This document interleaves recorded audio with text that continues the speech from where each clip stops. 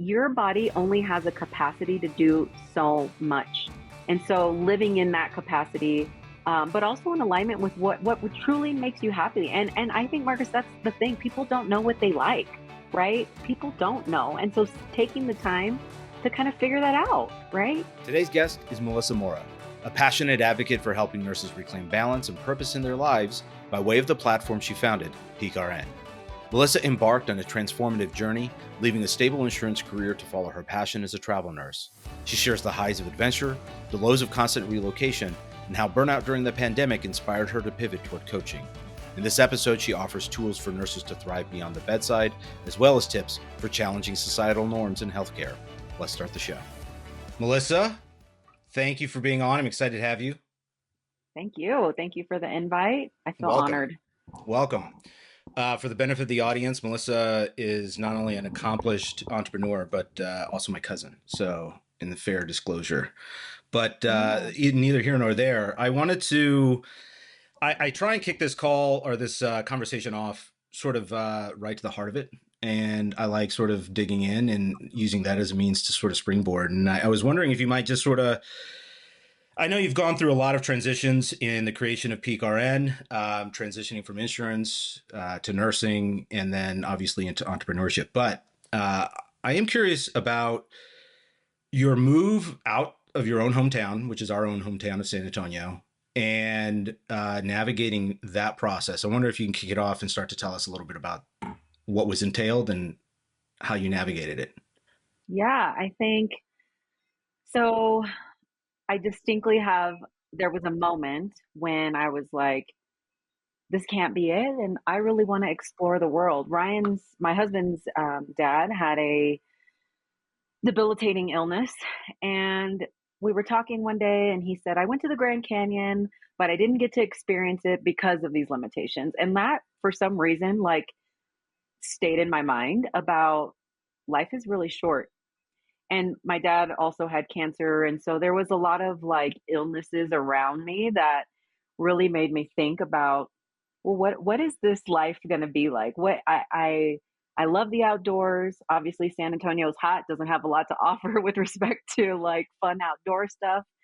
And so when my husband and I got married, we made a vow at our wedding that we were going to move from San Antonio and start exploring our country. And the beauty of that was I was a nurse, right? So I was able to work in different areas of the country and explore things, really just moving out of the typical, you graduate, you take a job, you have a family, and you have kids, right? Like that's pretty much societal norms, right? And we just felt that was not going to be our story. And, when we left San Antonio, people are like, what are you doing? Why are you going? You have this great job, you're excelling, you're learning so much, you're making changes. And it just felt like I wanted more, and I want to piggyback on that to say that is a blessing and a curse, right? I noticed that in myself after doing some work about there's got to be something more than this, right?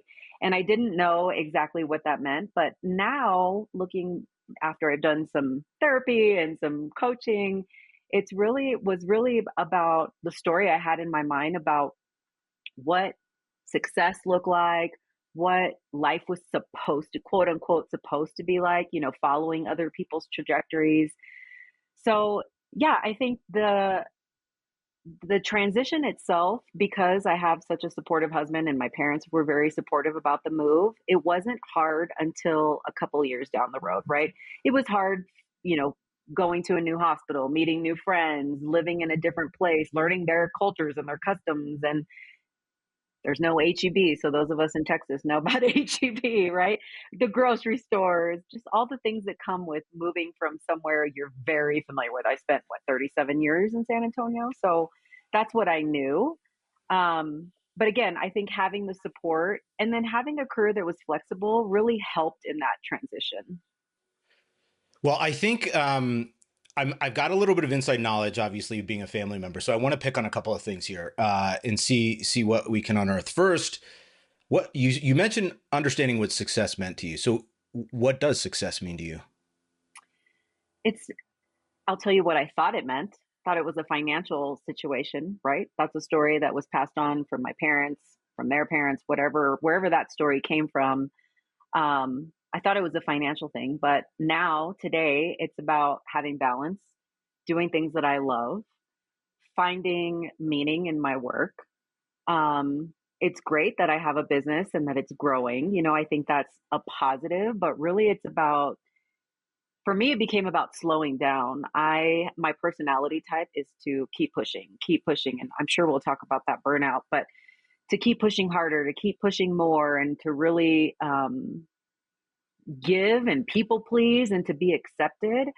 And in these past few years, I've realized that's not sustainable, right? And health things come about from that. And my relationship started to suffer because of that mindset. And so success today is what I want it to be, which is like slowing down, being present, feeling this ease in like doing things where it's not this intense stress. And then also the physiological things that come with that, like not having a high heart rate and not being short of breath and not gaining weight, all these physical things that come along with the stresses of thinking what you should be doing. So, and I think that's important for everyone to know, your audience, for all of us to realize is you can define what success means for you.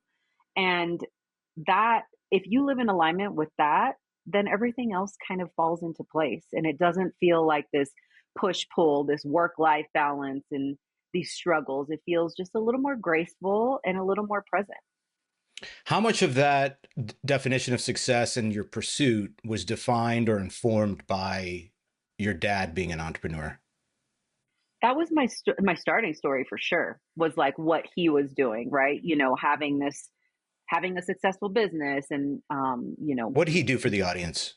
For the benefit of the audience. PPO, so employment placement. And so, basically, what's an easy way? It's not it's similar to staffing, but you're leasing back employees to their businesses. And so, he was financially successful, but I will say I saw him freaking suffer. He suffered every year when the renewal for insurance came around, multi-million-dollar insurance plans. He would get physically ill, like physically sick to his stomach, that's how we found out he had cancer and gallstones and all these other things that came along. And I just, was like, oh, that's how you succeed. Is like you just push hard, you just keep going at the cost of your health, at the cost of, your relationships with your family and your kids and your wife and all the things.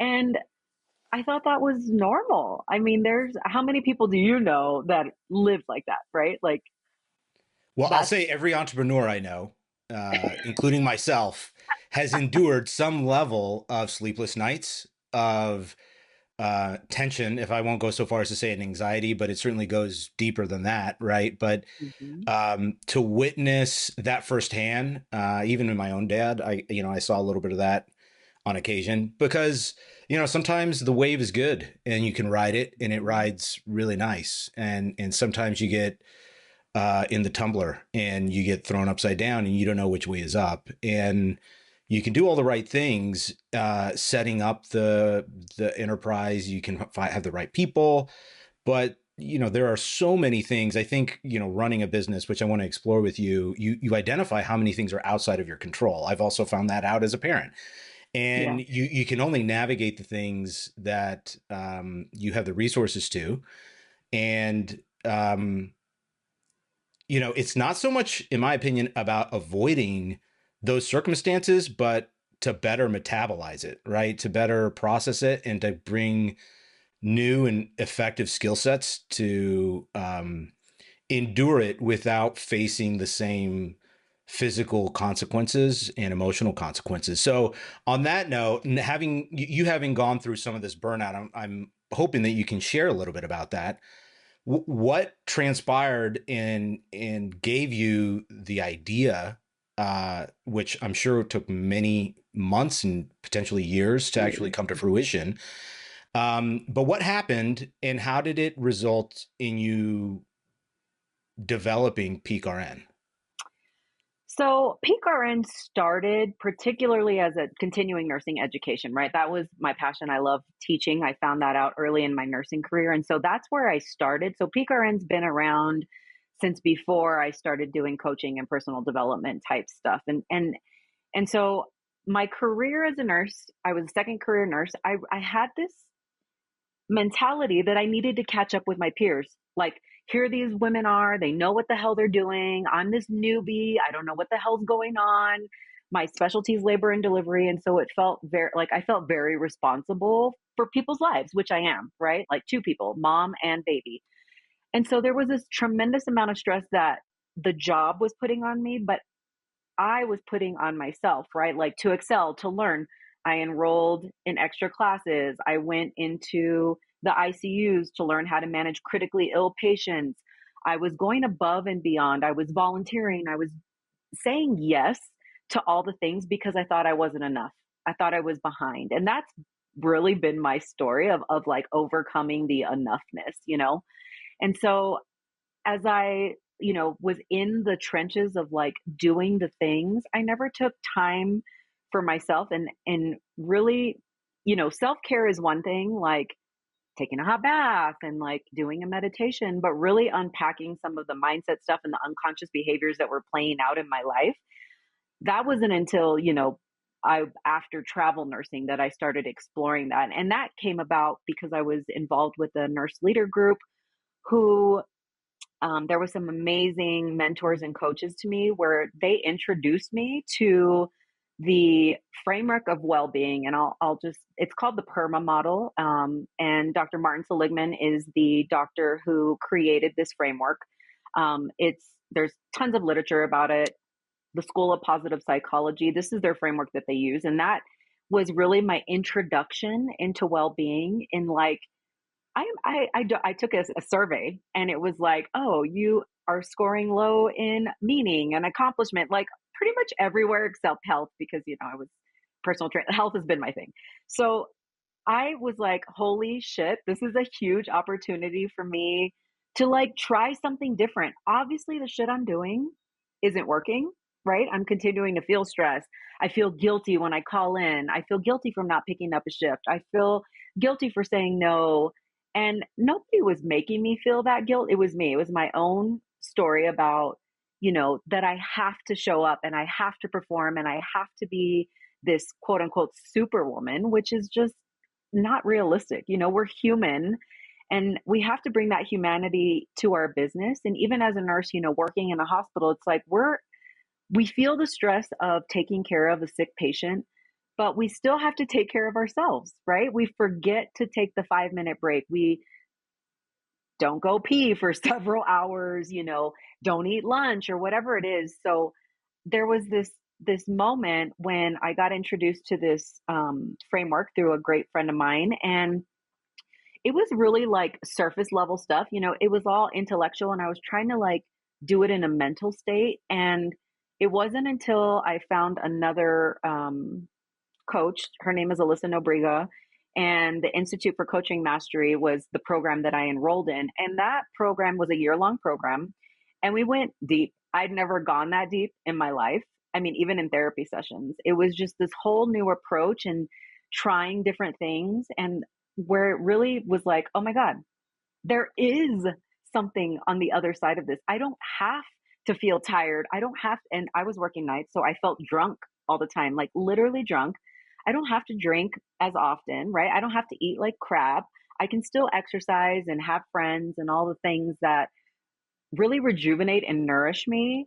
And still be a nurse and take care of patients, right? It doesn't have to be one or the other. And I think breaking that black and white mindset, good and bad, judgment, really helped me become grounded and like notice. Now I notice in my body when things are happening or when I'm starting to feel those flutters in my heart or wherever I'm noticing those emotions, right? And for me it was growing up, emotions were like, oh, it's okay. You're going to be okay. Everything's okay. Right. And I continued that into adulthood, and that doesn't serve anybody, right? Like, feel the feelings. My vocabulary for emotions still isn't amazing. I don't know if you've ever seen that emotion wheel, but I'm like, I don't even know what the hell half these words even mean. So, like, just recognizing that emotions are sensations in the body. I know this to some people might sound a little woo or heady, but there's some science behind it too. And as a science person, I love to read about those studies and the things that come out of, the psychology space, right? And so, really being able to see things as just it is what it is and learning from it, right? Like taking obstacles and challenges as an opportunity for growth and not seeing them as like, oh, I have that damn hard patient and she won't shut up and she keeps complaining. That was really when I was telling myself those stories, when I think back, I'm like, I was super critical. I was like talking shit about my patients. And why the hell am I here then? I'm a freaking nurse. Like, what am I here to do? To talk shit about my patients or to serve them? That was another one of those like flags and like, I got to do something about this. I cannot be a nurse for another 30 years and have this terrible voice and talking shit about my patients. Like they're obviously going to feel it at some point. Right. You can't deny that.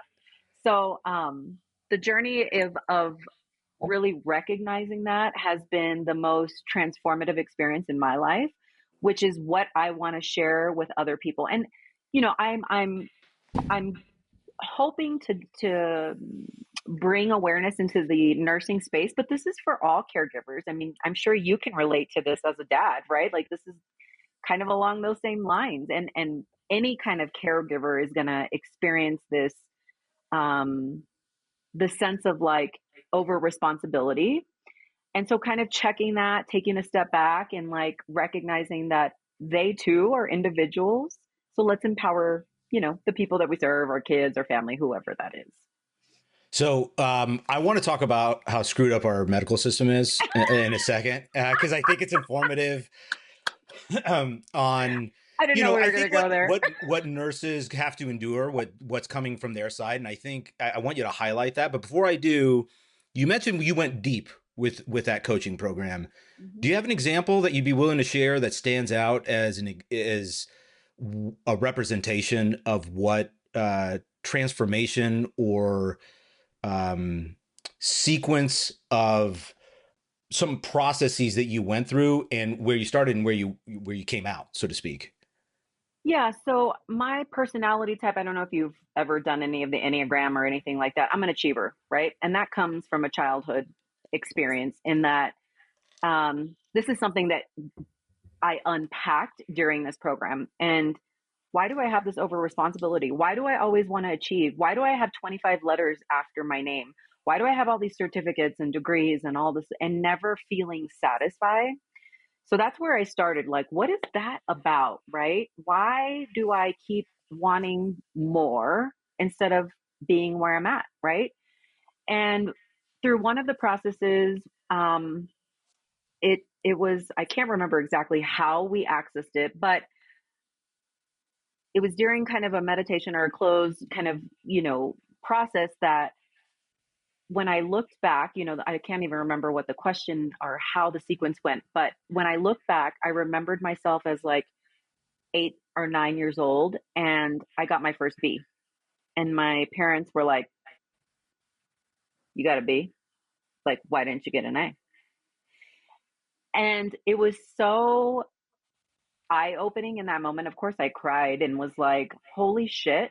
I've been holding that on since that is the story that I've been living, that to receive love and to be accepted and to have belonging, I have to freaking achieve and bust my ass all throughout my life, right? That was the story I told. And so, in that moment, I saw my 8-year-old self and, with my evolved, mature Melissa, reparented her and Mm-hmm. gave her the love that she needed in saying like, hey, it's okay if you didn't make a B. That means nothing about you. You're going to have another opportunity. You have 20 years of school ahead of you. This is not the end, right? And so a lot of dialogue, a lot of reparenting work, um, really helped me kind of get past that. Plus, there's some like somatic things, right? So just doing some breath work and then living in your body more, and recognizing the sensations is another avenue that I explored, which I had never explored before, and really felt like, what the hell, growing up in a Catholic school, I was very skeptical of this religion crap. And then as equally the spiritual stuff, but it's not the same. Spirituality is not religion, is kind of where I've landed. In Sure. that we can have a spiritualness and a being and this inner knowing and sense that, you know, is kind of inexplicable, right? Like you can't identify that, but there's something to it. I mean, as is life in human form. Like, what the hell is that? That's so bizarre too, right? In this whole cell of mass, right? We have a soul, we have a sense. And so, yeah, I think there was a lot of reparenting, lots of like connection with my emotions, which I was very disconnected from. Like I said, I didn't know what my emotion I was feeling. I didn't have the vocabulary for it. And I would often just ignore it by either drinking, going out for a run, like just ignoring it, whatever modality I was into at the time. So connecting on a somatic level, connecting on an emotional level to the parts of me that needed that support and that love, and then obviously mindset work, which I don't know if you've heard of Byron Katie, but a lot of mindset work, For sure. unconscious reprogramming. So yeah, a lot of different tools, which was really great about the program. Melissa was a therapist, but she moved into the coaching space. So she brought some of her therapy tools into her program. And I think that comprehensive kind of way really helped me peel back the layers to find out what was getting in the way and holding me back. That's really, I think, I sort of look at therapy as a form of coaching. And I Yeah. think that reframing has been helpful. So let's dive into the medical world for a little while, okay? And so, as somebody who really, I consider myself fortunate, I haven't had many encounters, but over the last 2 years since the birth of my son, I have had more in the last 2 years than I have in the last 15 combined. Right. And the first, I'll just highlight two instances. One, unfortunately, my wife, when she went into labor on a Monday morning, she ended up having a C-section on a Wednesday night. That was a long period. Uh, when the anesthesia wore off, there was a good 12 hours where she had no medication. It was extraordinarily painful. She is one of the toughest people I know. And it still gets me a little bit choked up because there was no continuity of from one shift to the next. And it wasn't until a nurse who was probably in her early 60s came in and said, "Oh, honey, you haven't had any medication for the last 12 years." And I cannot tell you, I ran up and down the halls. I spoke to every single one of the nurses. No one seemed to give a shit. And I'm going to pause for 1 second and fast forward to like 3 weeks ago, 2.5 weeks ago. My son, we get a phone call from daycare. You should come check your son out. There was an incident. He fell and his arm is hurting. I go, I look, his arm is broken. It's broken to Oh, the naked eye. It's oh my completely gosh. clear. I go to the ER and it's a pediatric ER in Westwood. It's the one we knew had pediatric assistance available, and for a 2-year-old, it's different than a 7-year-old. So you're more For relegated to sure. fewer opportunities. We were there for 7.5 hours. There was several 1 hour spans where no one checked in on us. We had attempted to give some Tylenol to him, and we got a little bit in. Hours later, he was uncomfortable. So I am looking. I mean, if you look at the file, it shows, which we all can access now. Father seems a little perturbed by what's going on. Then father seems a little frustrated. Father is increasingly curious. And I will say, my pleasantries were reduced at each successive interaction. I was more direct and more inquisitive. So one point where the resident came in and offered to give him Oxy. And I said, the kid's 2 years old. And they were like, well, we can give him ketamine. And it was like, we really jumped through a lot of things here without full education. And I finally got the attending in there who placated everybody, who understood what was going on, much like the nurse who was 60 years old, had a lot of seasoning, but there were so many rungs that got up that I had to go up to actually Mhm. get that level of care or consideration. But it all seemed to stem from a lack of informing one shift to the next, one nurse to the next. And I want you to maybe share the other side of this, because as an infuriated dad or husband, um, it's such an unpleasant experience. And I don't think it needs to be. It's already unpleasant because if you're in a hospital, there's likely some challenge you're facing. Mhm. But what don't we know about nursing? Well, the L&D stuff, we'll go to the first story.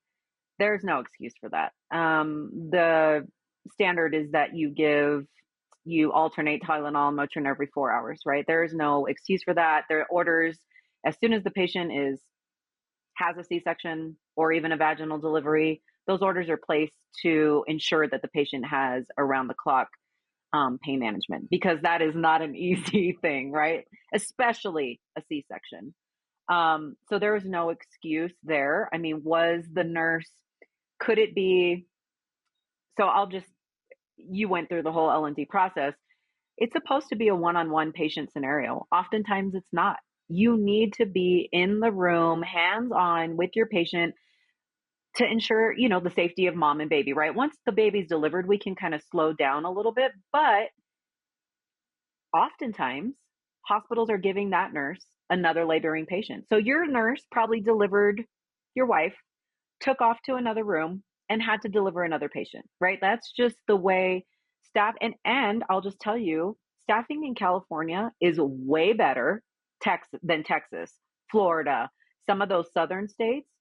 Forget it. Like, you'll probably just, there will be an adverse outcome, right? So we're lucky that we're in California, that we do have a little bit of rules, quote unquote, where we shouldn't have more than two patients as a labor and delivery nurse.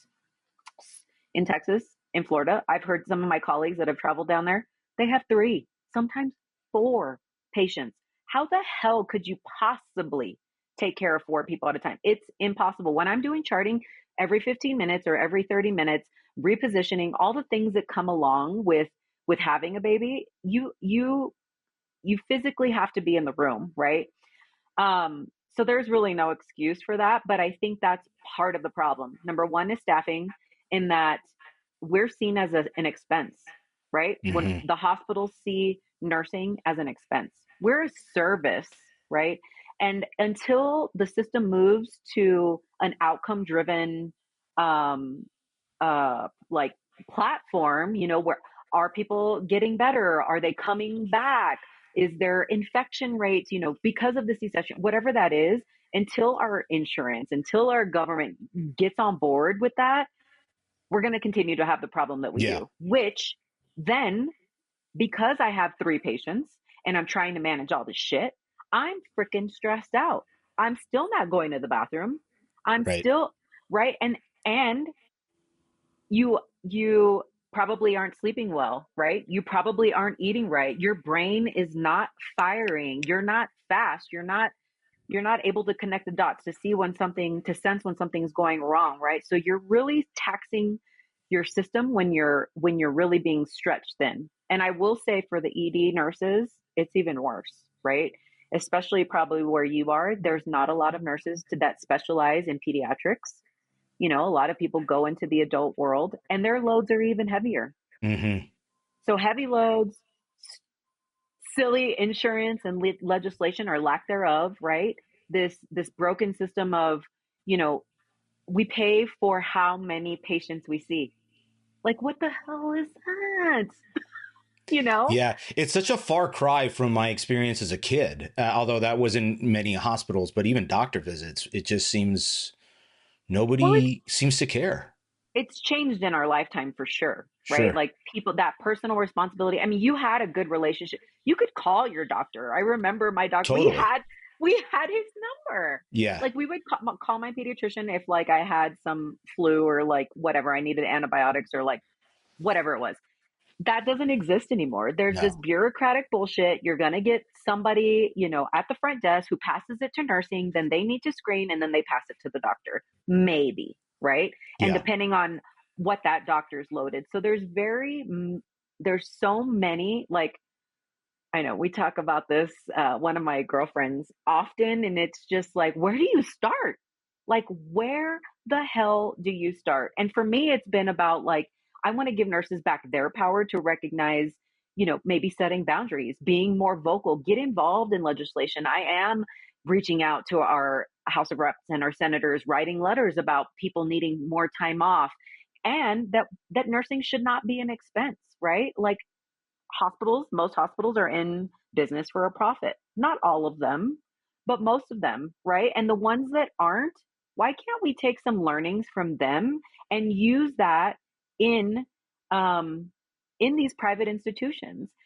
What's really even more ridiculous is like the turnover that happens in these institutions. It's not cheap to train a nurse. It's not cheap to train a tech. It's not cheap to train a new, you know, ultrasound person or a PCA or whatever it is. So let's freaking keep the people that are doing their jobs and keep them where they are, but let's make them happy. I don't understand from a business perspective. I'm sure you can rate, like, if you keep your employees happy, they're going to step up for you, right? Yeah. And they're going to want to be a part of what you're doing. Well, what seems But if, odd is there's no best practices being shared. and there's tons of literature out there for best practices. It's up to those individual institutions to implement them. Yeah. It takes a ton of energy and leadership and a lot of like back and forth. You know, the nurses got to agree with the providers, and then administration has to agree with that. And so there's a lot of layers to it. I mean, it's like government, right? You'll never get anything done with. I remember for us to do one change at the hospital in San Antonio, it took an entire year, right? Doing the literature, educating the nurses, working through the kinks, doing a plan do study act, making the process improvements, writing the policy, implementing it into the EMR. A whole year for one change, the change was instead of estimating blood loss by looking at somebody's blood loss, weighing it. And when you think Hmm. about that, that's not freaking hard. Just Right. put the damn thing on the scale and freaking weigh it. Why did it take a year? Why? Yeah. Right. Well, on that note, let's talk about how some of this applies to the people that you're coaching, your own nurses. How do you can't obviously distill everything, all of your coaching in a short explanation, but what are some of the principles that guide how you coach? So I also use a framework, right? Like, it's helpful in that, you know, we first start with kind of unpacking the things that may be getting in the way of your goals. So we start there by looking at, you know, where do you want to be? What do you envision your life to look like? Or what would be the perfect life? If somebody gave you a one wish, what would that be? Right.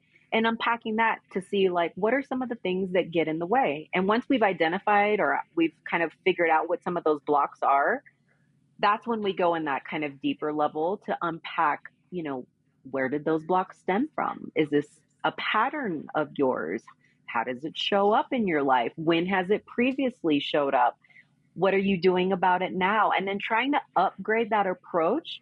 You know, once we've done, there is some like meditation that I include, and through that process, after, you know, we've identified some of those blocks, is getting really grounded and letting that intuition come through to decide, like, you know what, I'm going to try a different way of being, right? Like, I'm going to try one tiny thing to see if the next time this pattern comes up, if I can address it and be like, instead of doing my old thing, I'm going to try that new thing, right? And making these, and when I'm saying tiny, I mean super tiny, right? Like the smallest little change incrementally just adds up, you know, over time, which, you know, right? Like you can eat an elephant one spoon at a time or whatever the saying is, right? Like it's like that. And so working with people, being strategic, and I like to work with people in their goals. Maybe they want a career advancement, or maybe they want to move into another specialty, or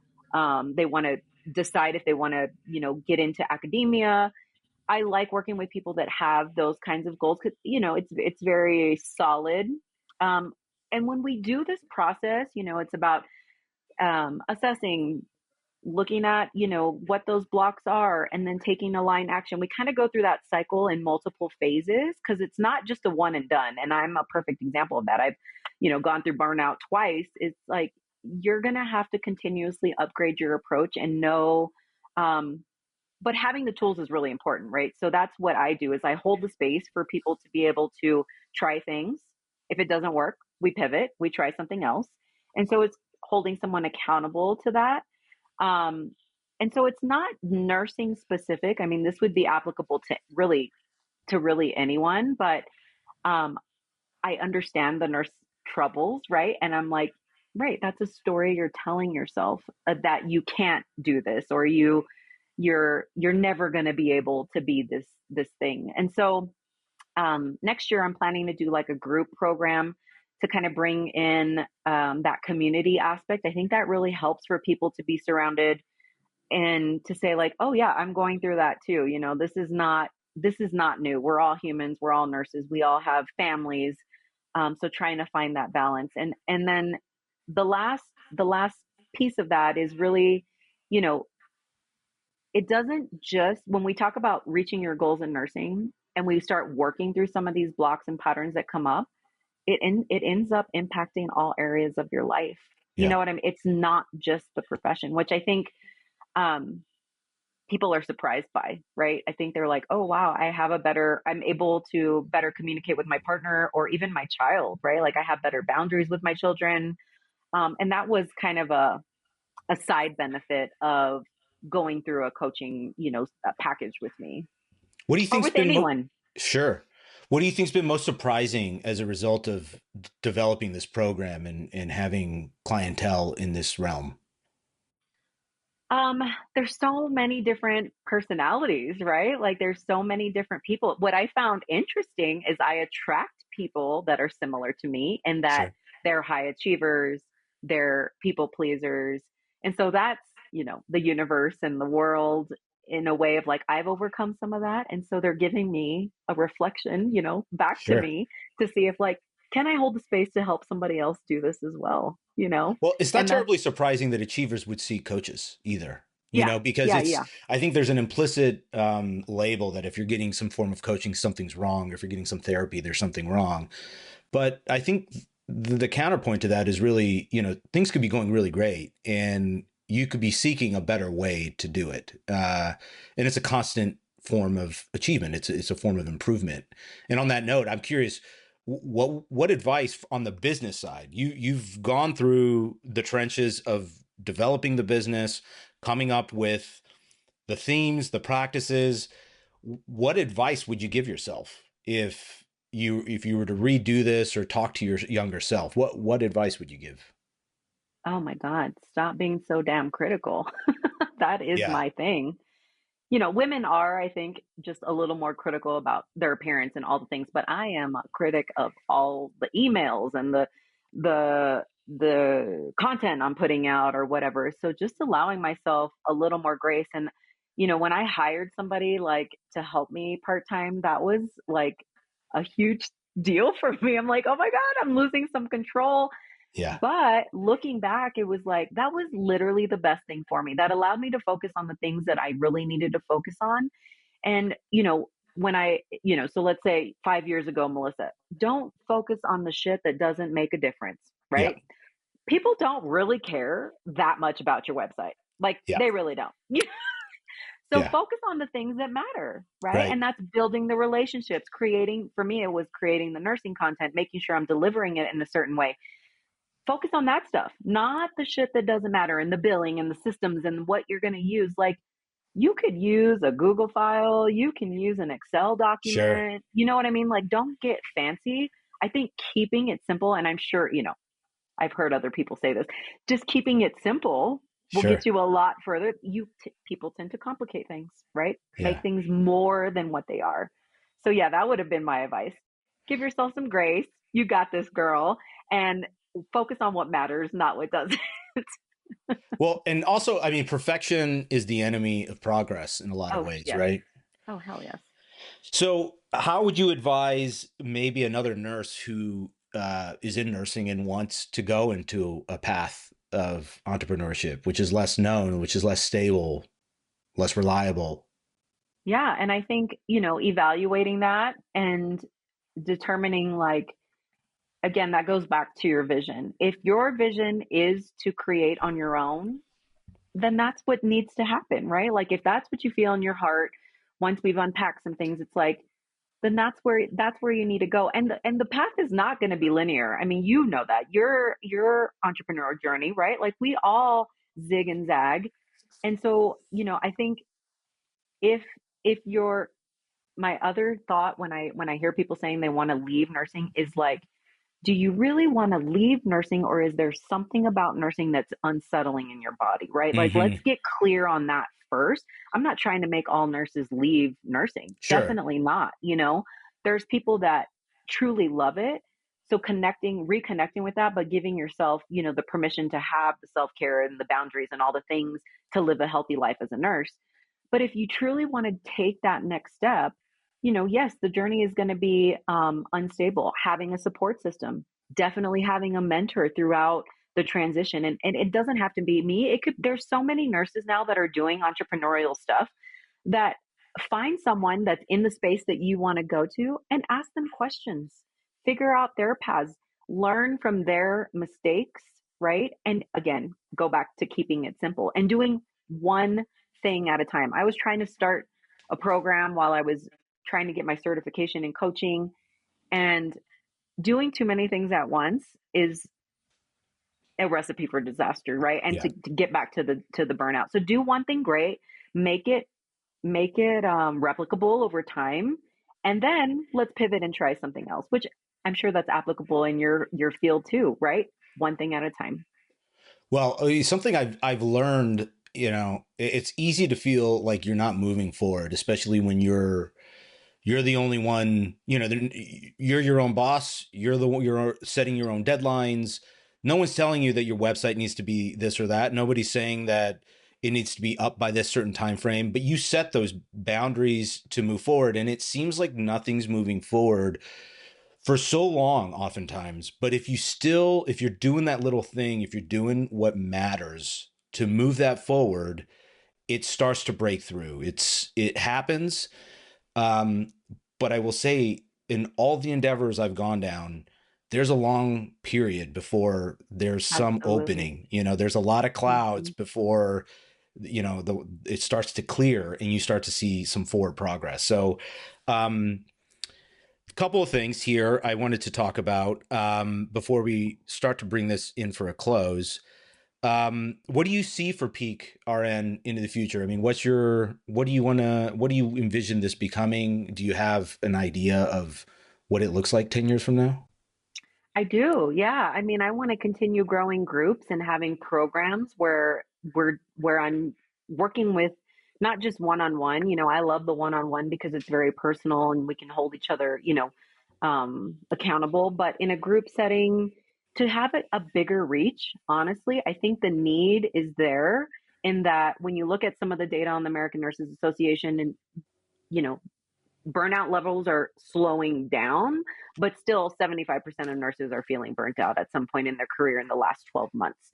So it's like, that's not good and sustainable for the healthcare industry, right? So I think getting a larger reach and then also doing some presentations. I do small presentations here and there, but on a larger scale, some of the nursing conferences, to really explore this and to normalize that it's okay to take care of yourself. I think people think that's selfish or, they're um, self centered, whatever the words you want to attach to that. And it's really not. It's like your body only has a capacity to do so much. And so living in that capacity, but also in alignment with what truly makes you happy. And I think, Marcus, that's the thing. People don't know what they like. right? People don't know. And so taking the time to kind of figure that out, right? And I'm saying that as 44, Well, that's 43 year constantly old. changing, right? I mean, that's Yeah, getting to know who totally. you are, and who you are evolves over time. Yeah. I think burnout can happen as a little bit like boiling a frog. What are some signs that you would suggest people look out for? Cynicism, criticism, lack of sleep, waking up at 3 a.m., turning to other substances, alcohol, whatever it is.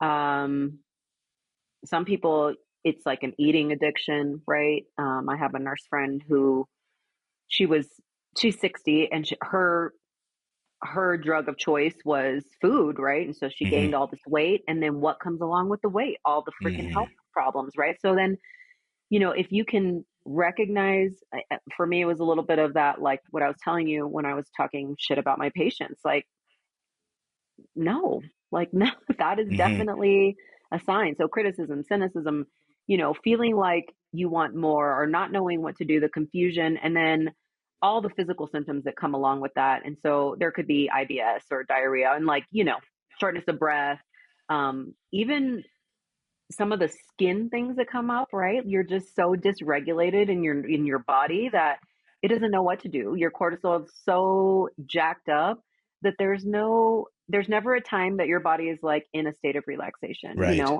and so sleep definitely is one of those, waking up in the middle of the night, not being able to go to bed, insomnia.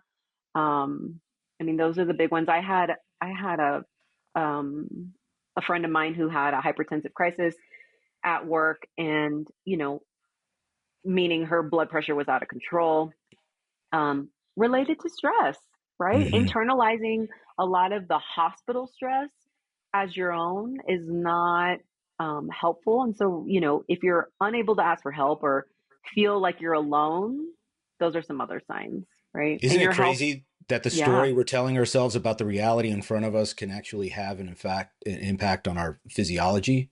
it is It, amazing. it's all just a figment of our imagination. It's amazing. Yeah. Yeah. The mind is so powerful that, you can, the placebo effect, right? You can Sure. trick yourself into feeling well. So, like, why not capitalize on that? Your brain doesn't know whether Yeah. or not it's real, right? It doesn't know. So yeah, I love that thought of just like you can create this illness out of nothing. And I know people that have done that, and it's family members actually. So Sure. Yeah, yeah. I think there's a Shakespearean phrase that's there's no good or bad, but thinking makes it so. Exactly. So, Mhm. well, thank you so much. I think this was informative to me. I hope this was informative to others about, um, I think the challenges that nurses face, but there's a large common denominator among, I think, all people, in a number of different realms. Well, first of all, what if people want to get a hold of you? What's the best way to get a hold of you, and who would you want to hear from? Yeah, I mean, peakrn.com is my website. I have a great freebie out that's geared toward nurses, but really it's applicable to anybody. And it's peakrn.com/freebie. And, I think I'd be happy to chat with anyone that's open and wanting to explore, this coaching thing if they've never done that before. I do have a network of other coaches that I can refer to, if they're looking for a particular person that works in like professional development or corporate or whatever that looks like. So yeah, I mean, I love working with women, particularly. That's my passion. So yeah, any woman that's listening. Awesome. Well, thank you so much for being on. Any closing thoughts you have? No, I really appreciate your time, Marcus. This has been so fun, and I'm so proud of you. Thank you. I love you. Thank you so much for being Love on. you. We'll talk Yeah, soon. thank you. Have a good one.